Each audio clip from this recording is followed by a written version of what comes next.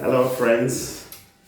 It's a joy anytime I have to come your way to come and have these regular discussion or regular interaction with you. This is Ato Brent Ishan from Prime Testimony Channel.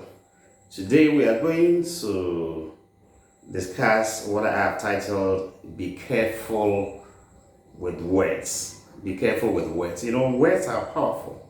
And the Bible even enjoins us to let our words be seasoned with salt. When you read from the Bible, the book of James, chapter 3, it talks much about the power of the tongue. And I will encourage you to read them. Take your time and read them. Read through that particular chapter in the Bible, James chapter 3, and you would learn a lot. In fact, words reveal who you are.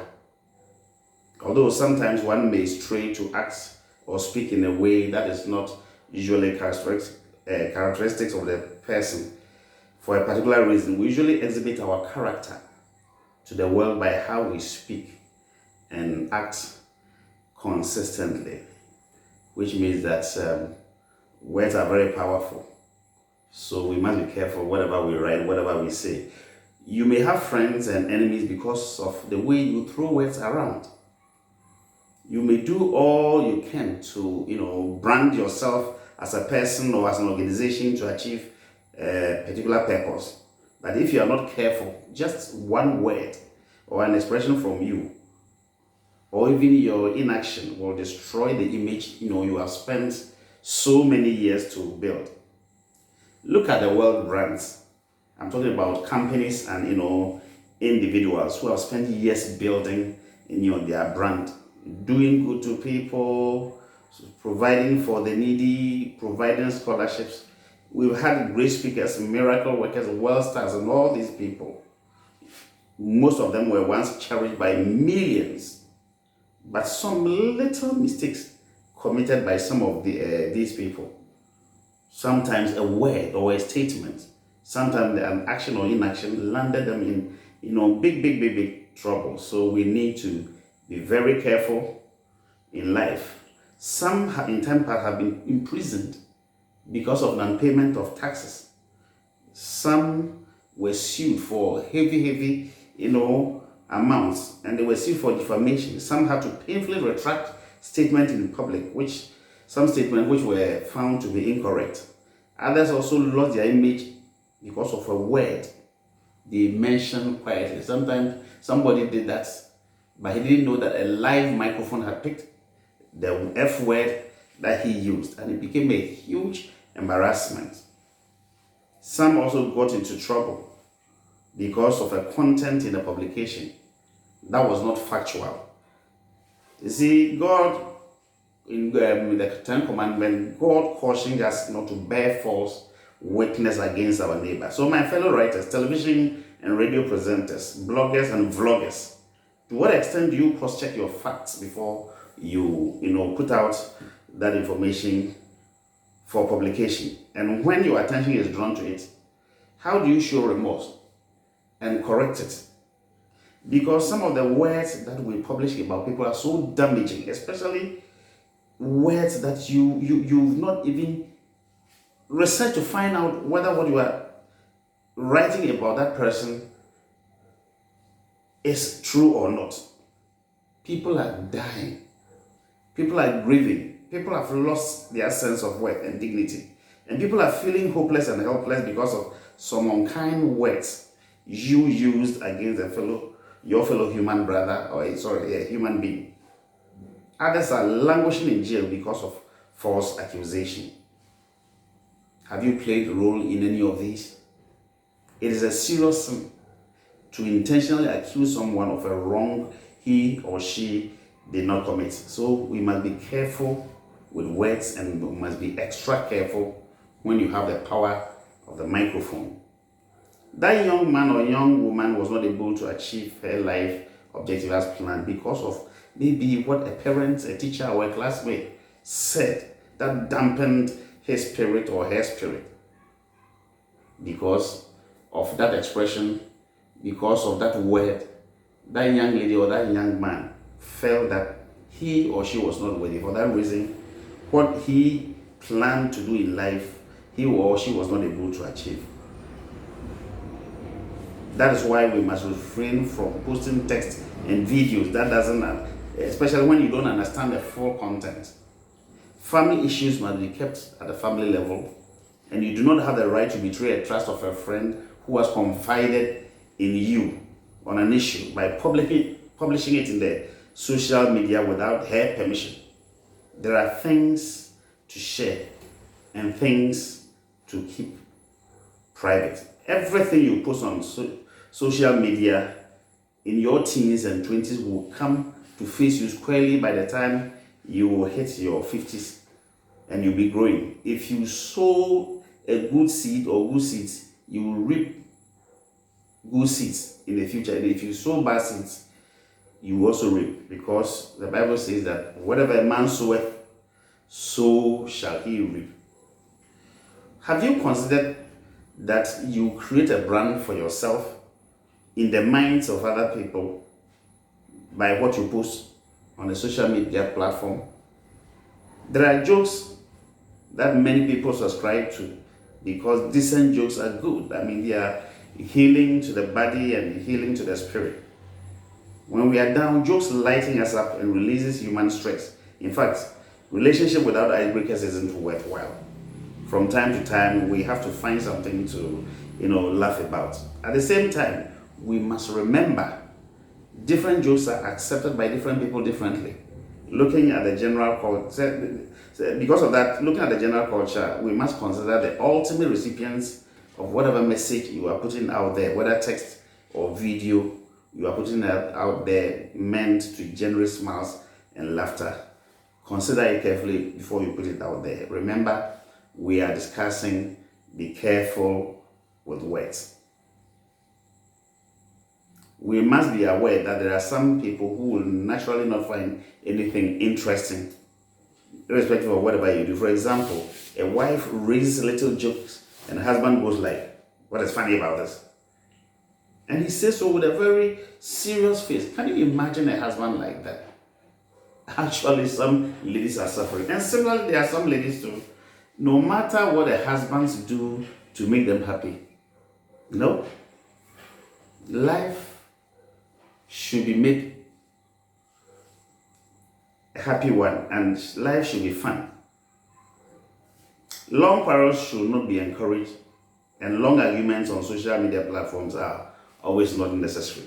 Sometimes it's sad to see two people hijacking the whole platform, and they may quarrel about an issue, disturbing other members on the on the platform. Sometimes it becomes a mere show to prove who knows better. But come on, is that necessary? I don't think it's necessary. If you have an issue with somebody on a platform, remember the other people. You can call the person and sort it out rather than hijacking the platform and disturbing everybody's peace on the platform. I believe that even where you want to draw someone's attention on a wrong post due to the content or purpose for which the social media platform was created, your choice of words for the correction must portray the character of a virtuous lady or a true gentleman. Sometimes you can correct people, but your choice of words may make the people appreciate the correction or may even make them angry. So we must watch that. There are times we go the casual way and do things for the fun of it, but we must remember that African proverb that says that tongue does not decay. In Aka we say Tichrama and whatever you say, whatever you write, it will be there for generations. For this reason, we must all do all we can to model good examples to our kids and consciously invest our time in training them. How we're raised at home, the friends we come across in our lives, and life experiences we go through influence the way we communicate. But all in all, we must think about the effect our words have on our fellow human beings. There are some people who will always want to read your posts, listen to you, or watch your videos, but there are others you may not bother so much about whatever they post because of the brand they have created for themselves. Just sit quietly and think through, and this will up, and you will appreciate that the brand you have created for yourself because of what you share in public is that which will follow you. We must all contribute to the learning and entertainment on the social media platforms, but know that you are creating your own brand and building your history by what you post. What you post consistently defines you. Many relationships are struggling, mostly because of how we communicate. The simple expression, thank you, please, I'm sorry, have become very scarce commodities absent in many relationships. And for that reason, marriages are breaking apart. And the children are also imbibing these examples of their parents as the best way to live. So they carry on the same character to their marriages, and the vicious cycle continues. We may not all be perfect communicators. In fact, I do not even believe there's anyone who we can say is so perfect that he doesn't make mistake in his or her communication. But what I'm driving at is for us to check and see the extent to which our words give life or kill people's spirits. Words from us must be gracious. Our words must edify. Our words must encourage people. Our words must show respect to our fellow human beings created in God's image. In times past, if you have been describing human beings as monkeys, let the lessons of COVID-19 teach you that we are all humans. If in your lifetime you witness the pain of this pandemic of COVID-19, which has taken away many precious lives in every part of this earth, then change your attitude and respect every color, whether black or white, because no one is wiser than God who created us all. One of the virtues that shot Barack Obama to fame was his communication skills. In fact, in this world, if you master communication, you'll be able to dine with kings and queens. In Akan language of Ghana, a man is called Abrante or Abrante, literally meaning Wabranwa Onte, and Wabranwa Onte. Translated in English, it means that someone, a male who is in his prime, and he's so active that when he's being checked to be careful about life, he hardly listens. That is what it means when we say somebody is a man. So if your attention is drawn to the way you throw out words and act, and people appeal to you, and you don't take time to relook and ask questions and make amends, then you need to be careful. Because if you keep on doing it the way you seem right in your own eyes, it may be okay for you for a period, but remember that very soon you may get into trouble because of the way you speak and the words that you write, which you do it anyhow. That is when you will recall that others had already drawn your attention to it. Maybe that time, it may be too late. Note that some politicians had incurred the displeasure of their people because they were not careful with the words. Some people have been forced by the court to pay huge compensations, whilst others have lost their jobs because of a word or a sentence that they made in times past. Some have been imprisoned because of the threat they issued out of anger. In fact, some athletes have been punished by FIFA and other athletic bodies, governing body, due to some negative signals they use their fingers, to show the spectators. Just a little action has put people into trouble. Some people have even lost contracts out of that.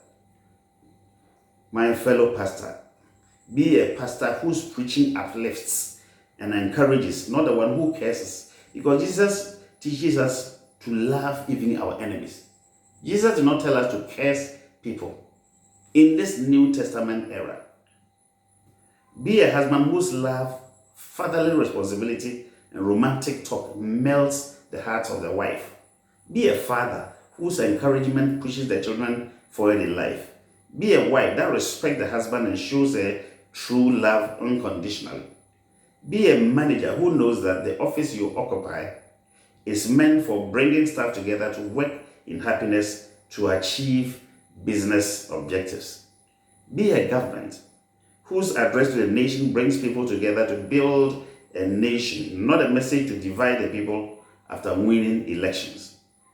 Be an adult whose words impact children and youth positively in a lifetime. Be a lecturer who understands that your students today will be the bosses of your own children, who might even take decisions to affect your life after your retirement. In your travels, your students are the pilots or will be the pilots and the flight attendants. In your ill health, your students will be the medical practitioners taking care of you. In your issues with the law, your students will be the lawyers and the judges. In your life accidents, your students will be present to rescue you. In contract awards, your students will be on procurement committees. In business, the students whom you thought were not smart will be the ones making it big. For these and many other reasons, be careful as a teacher. Be careful as a lecturer. Because tomorrow, these students you are training will be the same students who will remember your good works or otherwise, depending upon what you did for them or what you did to them. Be a teacher whom your former students will run to, but will not run from. Be careful with words today, so you can reap the fruits tomorrow. We must all have the heart to forgive anyone who spoke evil words and damaged our spirits in time past. But we must now be conscious about this ourselves, not to damage others with our words. Remember, we came into this world with nothing, and we will go with nothing. So keep your soul humble and let your words be seasoned with salt. My brother, my sister, be careful with words. Until I come your way again next week, keep listening to Testimony Channel. Kindly subscribe, share, and leave comments. I am your friend, Ato Brentishen, aka Ato Testimony. God bless you.